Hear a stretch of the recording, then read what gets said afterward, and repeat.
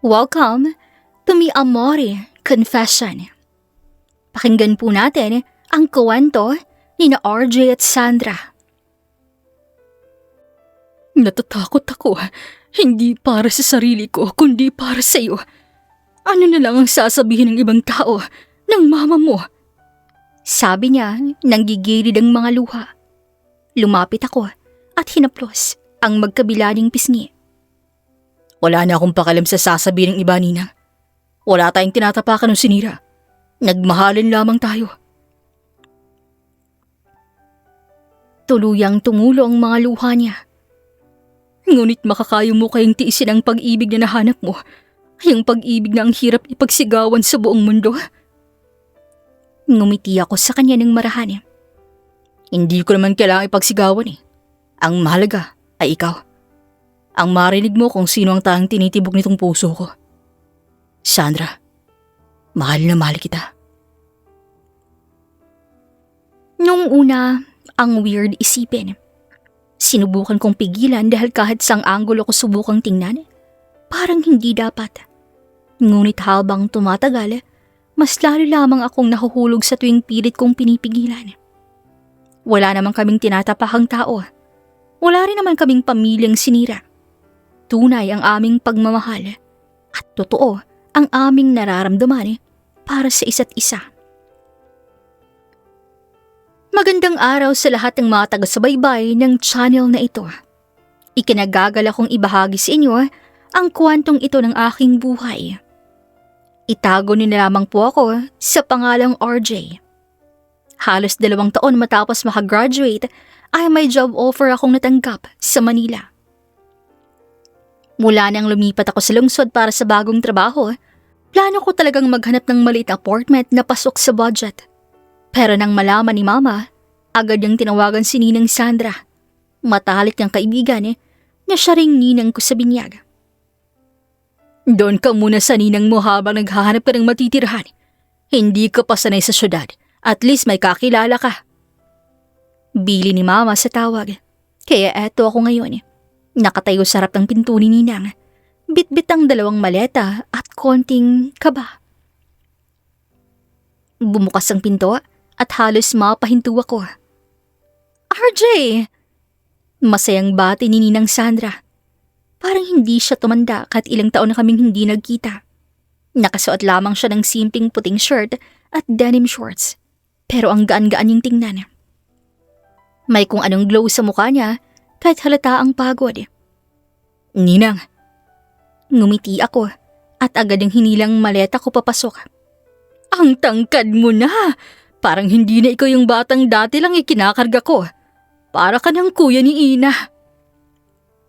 Biro niya, tinutukoy ang anak niyang 16 na taong gulang na agad ding tumakbo papalapit para yumakap. Habang tinutulungan niya akong ayusin ang gamit sa maliit na guest room, napapansin ko ang bawat galaw niya.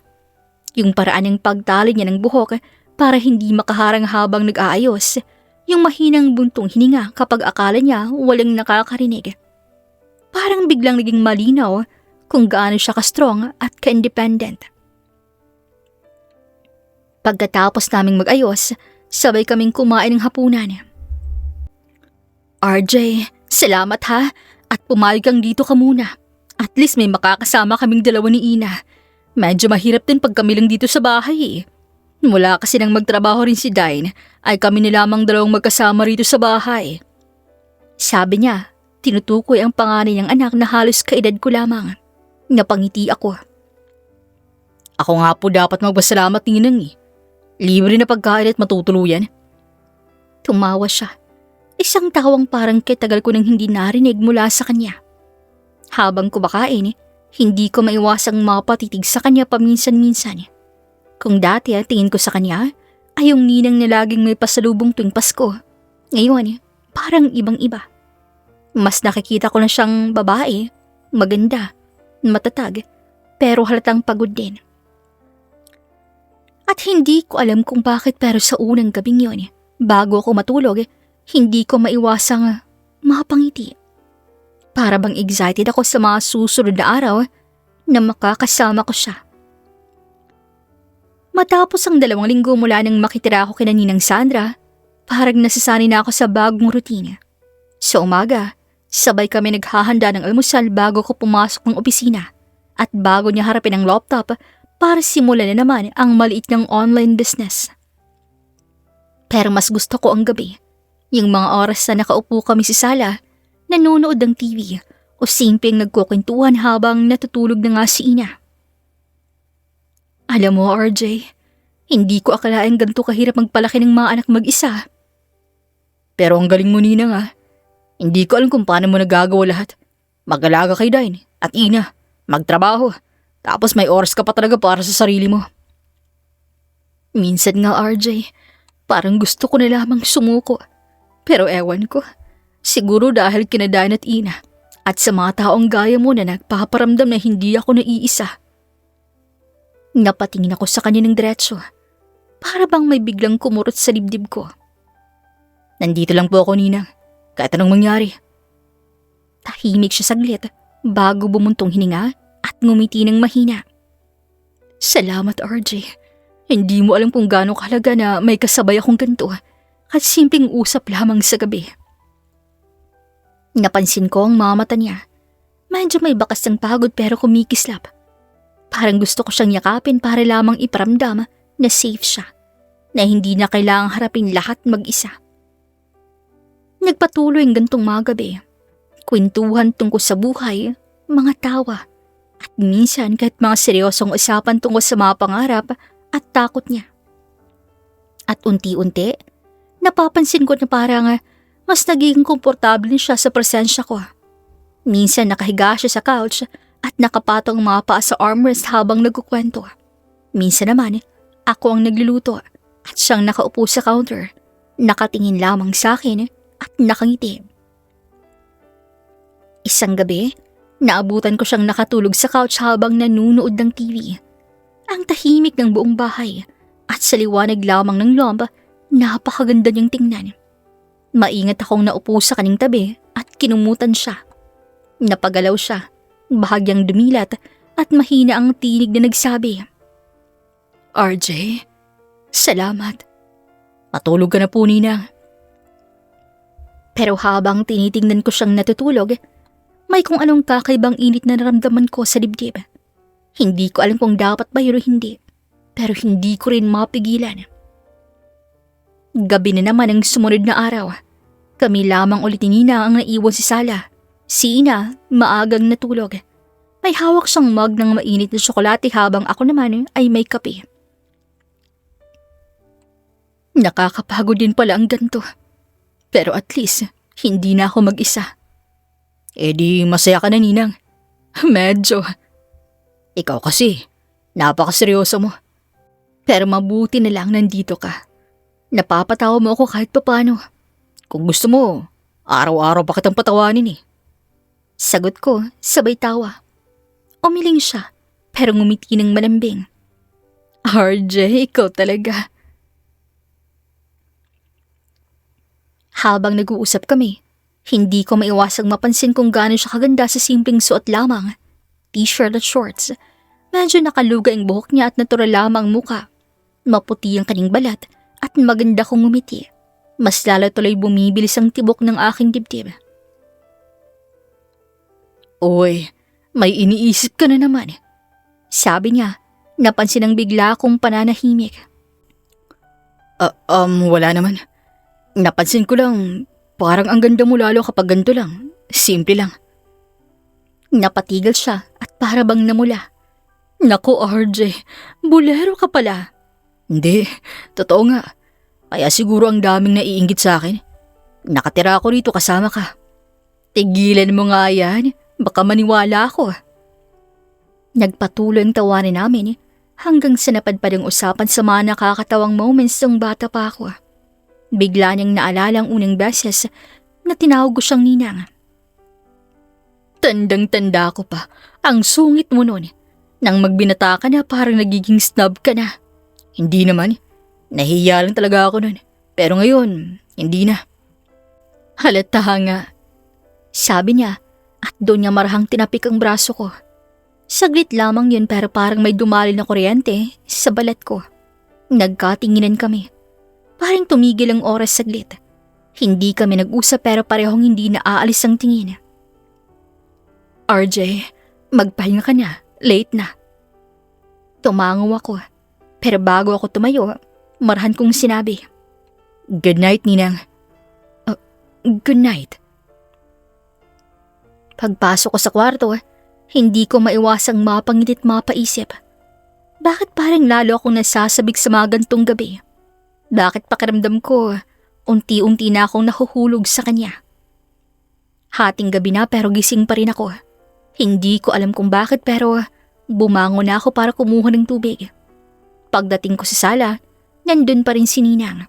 Nakaupo siya sa sofa, tahimik at nakatingin lamang sa labas ng bintana. Ninang? Napalingon siya at ngumiti ng mahina. Oh, gising ka pa? Hindi ako makatulog eh. Ikaw, may iniisip ka? Sabi ko, sabay upo sa kanyang tabi. Marami. Ay, minsan iniisip ko. Hanggang kailan ko ba kakayaning mag-isa? Nakakapagod din pala. Kahit malakas ka sa paningin ng iba. Tahimik lang ako sandali. Hinahayaan siyang magsalita. Naramdaman ko ang pagod niya kahit sa tono lamang ng kanyang pananalita. Naalala ko pa dati nang tumawag si Ninang Sandra kay Mama na iyak ng iyak. Nalaman niya nga may ibang babae palang dati niyang asawa. 1 taon pa lamang noon si Ina nung iwan sila nito at ipinagpalit sa babae niya. Kaya mula noon, mag-isang tinaguy ni Ninang ang pamilya niya. Ninang, hindi ka naman po nag-iisi. Nandito ako. Napatingin siya sa akin, diretso sa mga mata ko. Salamat, RJ. Hindi ko alam kung paano siguro ako kung wala ka. Wala akong napagkukwentuhan. Saglit kaming nagkatitigan. Ramdam ko ang bilis ng tibok ng puso ko. Hindi ko alam kung anong pumasok sa isip ko, pero inilapit ko ang kamay ko sa kanya. Hinawakan ko ang likod ng kanyang kamay. Nagulat siya pero hindi niya inalis. Sa halip, hinigpitan pa niya ang hawak nito. Alam mo ba, minsan naisip ko, masyado ka ng malaki. Hindi na bagay na tawagin kitang inaanak. Kung ayaw mo, pwede naman po akong maging RJ lang para sa'yo. Napatawa siya ng mahina, pero hindi pa niya binitawan ang kamay ko. Mainit ang palid niya at pakiramdam ko, pati buong katawan ko umiinit. Unti-unti kaming naglapit. Ramdam kong hininga niya, mabagal at mainit. Para bang kahit walang sinasabi, pareho naming naiintindihan ang nararamdaman.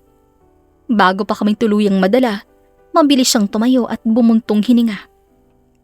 RJ, matulog ka na. Baka kung saan pa tayo mapunta. Napakamot ako sa ulo, medyo nahihiya pero napangiti. Good night po, Ninang. Good night. Pagbalik ko sa kwarto, hindi na ako makatulog. Paulit-ulit kong iniisip ang init ng palad niya, ang titig ng mata niya, at ang hininga niya kanina. Para akong nilalagnat, pero hindi dahil sa sakit, kundi dahil sa kakaibang nararamdaman ko sa kanya. Sabado ng umaga nang bigla akong nagising sa katok ni Ina sa pinto. Kuya RJ, aalis muna ako ha. May lakad kami ng mga kaibigan ko.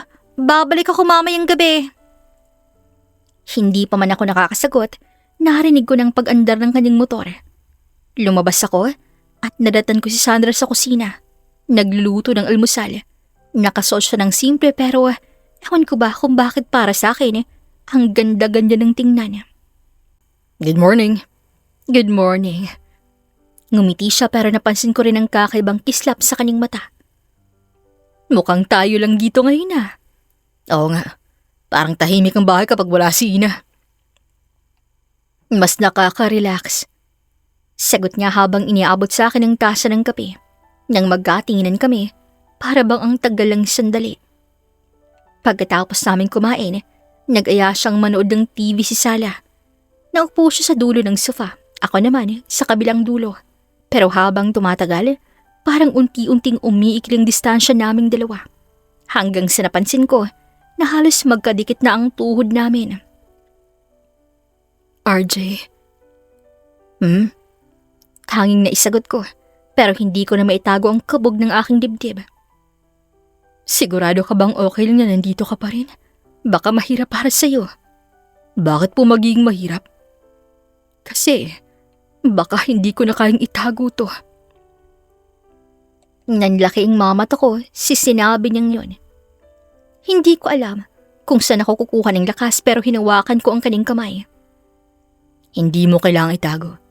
Dala ko rin, Ninang. Matagal ko na tong nararamdaman. Natahimik kami ng ilang segundo. Pareho lamang nakatitig sa isa't isa.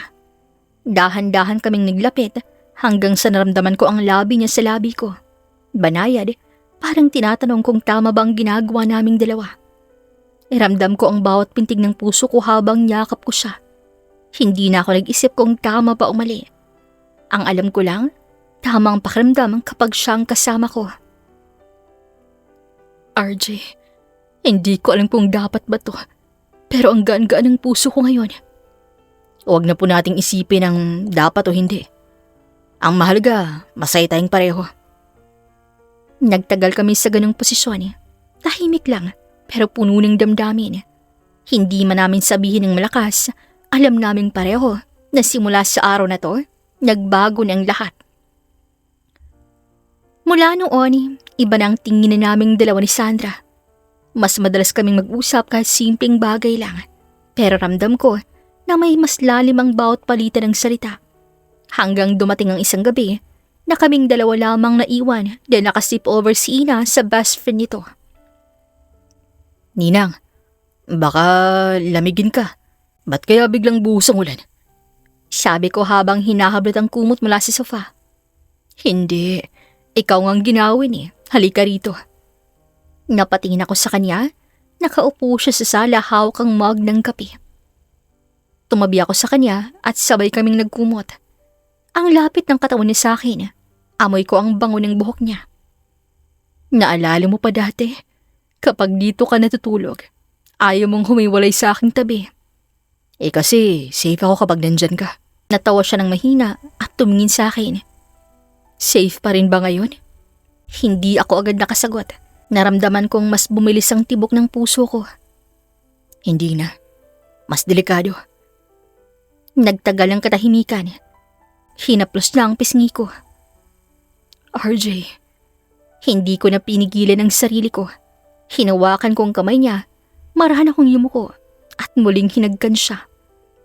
Hindi ko na malayan kung paano kami nauwi sa silid. Wala kaming binanggit kahit isang salita. Bawat segundo ng gabing yun, para kaming nahulog ng sabay sa isang bagay na matagal nga naming pinipigil. Pagkatapos, nakahiga kaming pareho, magkahawak ang kamay. Hindi ko inaakalang mangyayari to, RJ. Hinalikan ko ang noo niya. Ako rin, pero hindi ako nagsisisi. At kailanman, hindi ko pagsisisihan. Ako rin, pero sana walang makaalam. Ayokong maging komplikado ang lahat. Promise, tayo lang makakalam nito. Nakatulog siyang nakayakap sa akin. Sa unang pagkakataon, pakiramdam ko'y kumpleto ako. At alam kong hindi nito basta crush lang o simpatya. Mahal ko na si Sandra.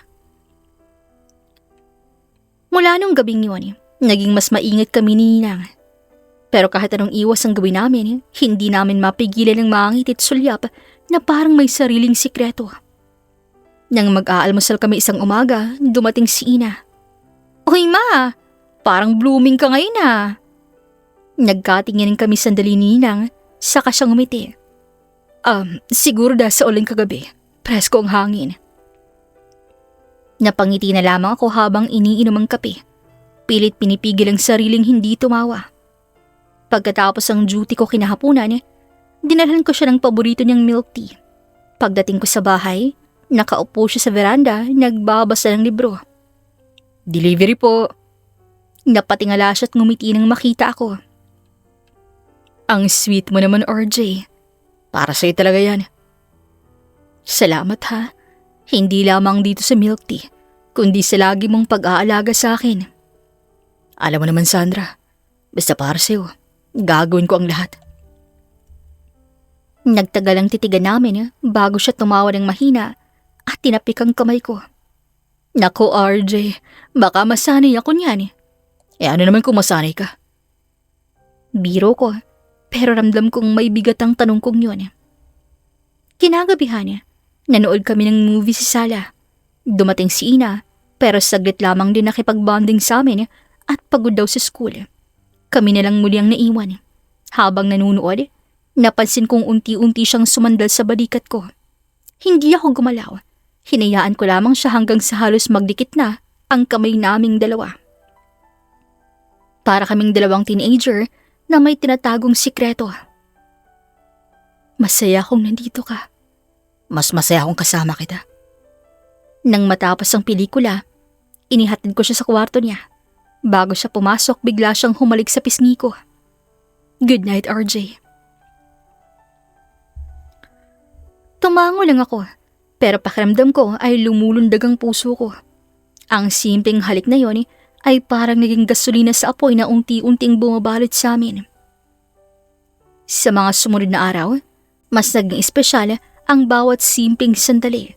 Ang pag-aabot niya ng kape, ang pagtawad niya sa mga biro ko, ang paghawak niya sa braso ko kapag magkasama kami sa labas. Lahat yon ay may halong kilig at kaba. Mas naging natural sa amin ang presensya ng isa't isa. Araw-araw habang nasa bahay, may mga pasimpleng lambing at yakapan. Hindi man namin idiniklara sa buong mundo, alam namin kami na. Isang hapon habang nagluluto siya sa kusina, niyakap po siya mula sa likod. RJ? Bakit? Miss lang kita. Bulong ko habang dinadampi ang baba ko sa balikat niya. Hindi ka ba natatakot na makita tayong dalawa ni Ina? Hindi. Kasi gusto kong maramdaman mo na kahit nandito ako sa bahay, hindi kita kayang pabayaan. Bumaling siya sa akin at bago pa siya makasagot, hinalikan ko siya, puno ng pagmamahal at paggalang. Sa gabi, madalas kaming magkwentuhan. Doon namin na ilalabas ang lahat. Ang saya, ang takot, ang pangarap para sa hinaharap. RJ, bulong niya isang gabi habang nakahiga kami sa sofa, magkatabi. Alam kong hindi perpektong sitwasyon natin, pero salamat kasi pinipili mo pa rin ako, kahit mahirap. Hinaplos ko ang buhok niya at ngumiti. Ikaw ang tahanan ko. Wala na akong hahanapin pa. Napapikit siya at ngumiti rin.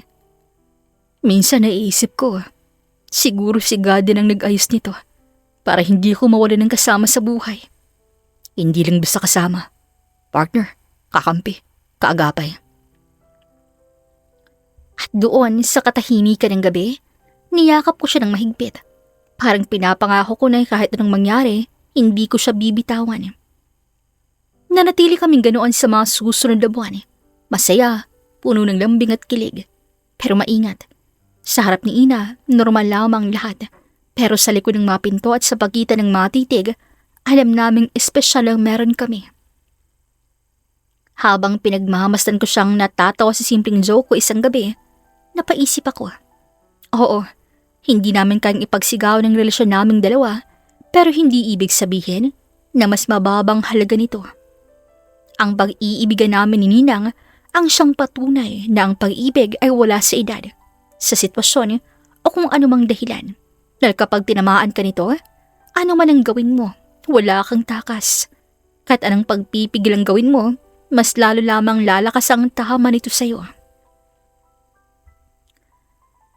Hanggang ngayon, Miss Amore, sikreto pa rin ang aming relasyon.